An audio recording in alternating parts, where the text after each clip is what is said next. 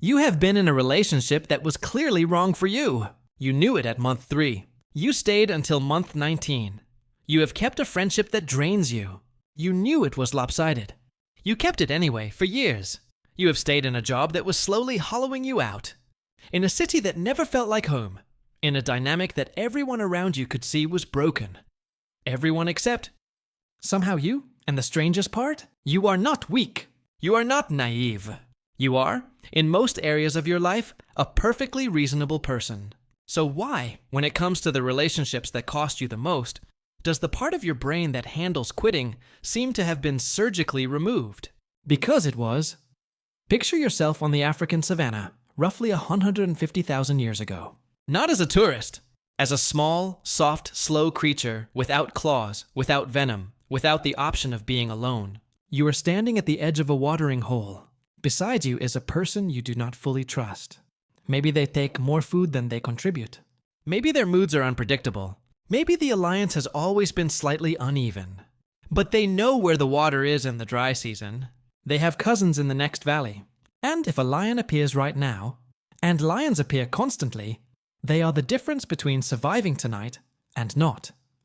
Here is the brutal math of that moment. The cost of staying with someone imperfect is friction.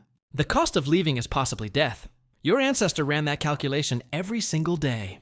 And the ones who survived, who became your great-great-grandparents 1,000 generations deep, were not always the ones who made the bravest social choices. They were the ones who stayed, even when staying was painful, even when the relationship was wrong. Because in that world, a bad alliance was almost always better than no alliance at all. That preference is now inside you. Encoded not as a memory, but as a reflex. In the 1990s, a psychologist named Caryl Rusbult at the University of North Carolina developed something called investment model theory, which is essentially a map of why people stay.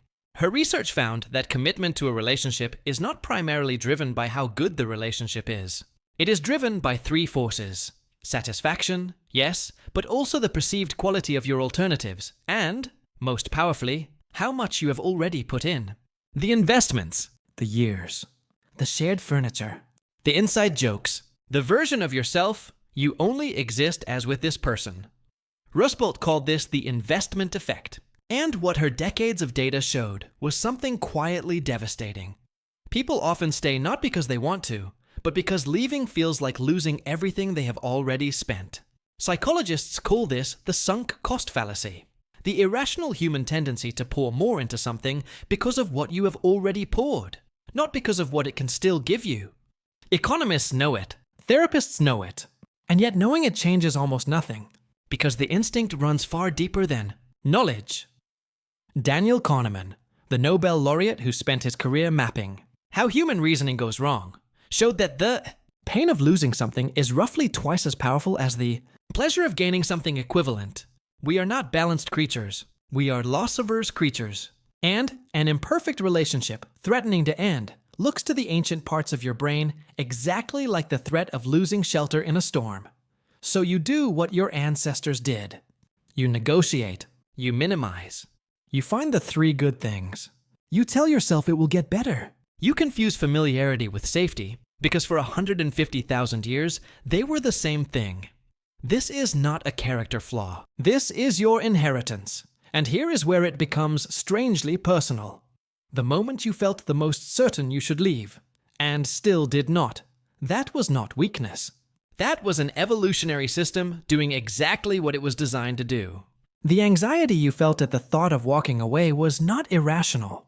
It was ancient information, misfiring slightly, in a world your nervous system was never built for. A world where you can survive alone, where alternatives exist. Where a bad alliance is not always better than no alliance.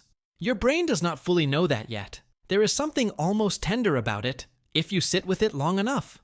Somewhere in your lineage, someone clung to the wrong person at the right moment, and that small act of terrified loyalty is the reason you exist at all.